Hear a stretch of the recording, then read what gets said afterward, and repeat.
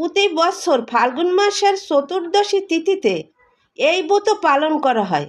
শিবের বর প্রাপ্তির উদ্দেশ্যে বহু মানুষই এই শিবরাত্রির ব্রত পালন করেন।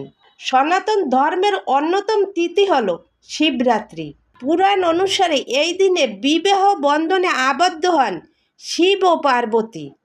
দেবাদিদেব মহাদেবের আরাধনা করার জন্য মহাশিবরাত্রিতে উপবাস রেখে সারা রাত জেগে 4 প্রহরে পূজা করার কথা বলা হয়েছে।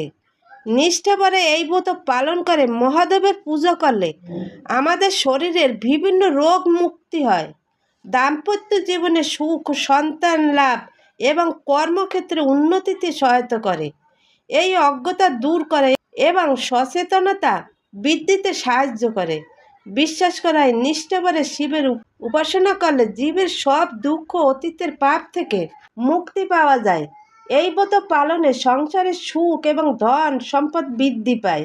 এই ব্রত পালন করলে নিজের ভিতরের অহংকার নাশ করে এবং পরম শক্তির সঙ্গে সংযোগ স্থাপনে সহায়তা করে।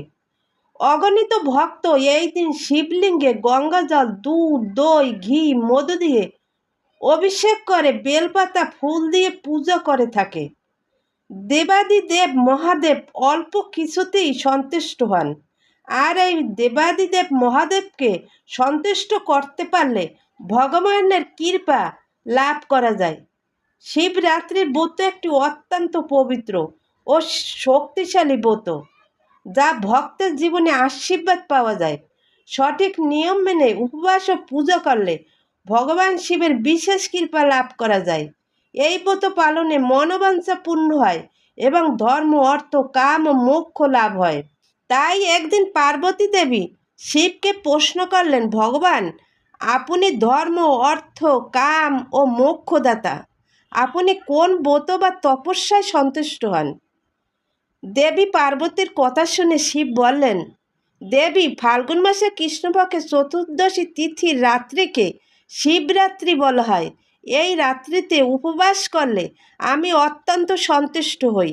স্নান, বস্ত্র, ধূপ, পুষ্প ও অর্চনায় আমি যতটুকু সন্তুষ্ট হই তার চেয়ে বেশি সন্তুষ্ট হই শিবরাত্রির উপবাস করলে।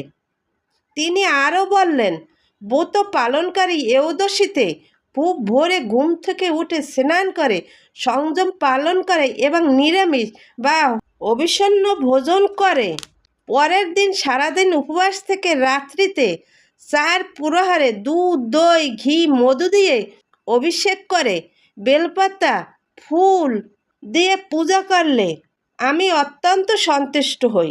হে দেবী, এই হলো আমার প্রীতিকর ব্রত। এই ব্রত করলে যজ্ঞের পুণ্যফল লাভ হয় এবং অতীতে সমস্ত পাপ নষ্ট হয়ে যায়। ভগবান শ্রীকৃষ্ণের কৃপা আশীর্বাদ লাভ করা যায়। হরে কৃষ্ণ, রাধে রাধে।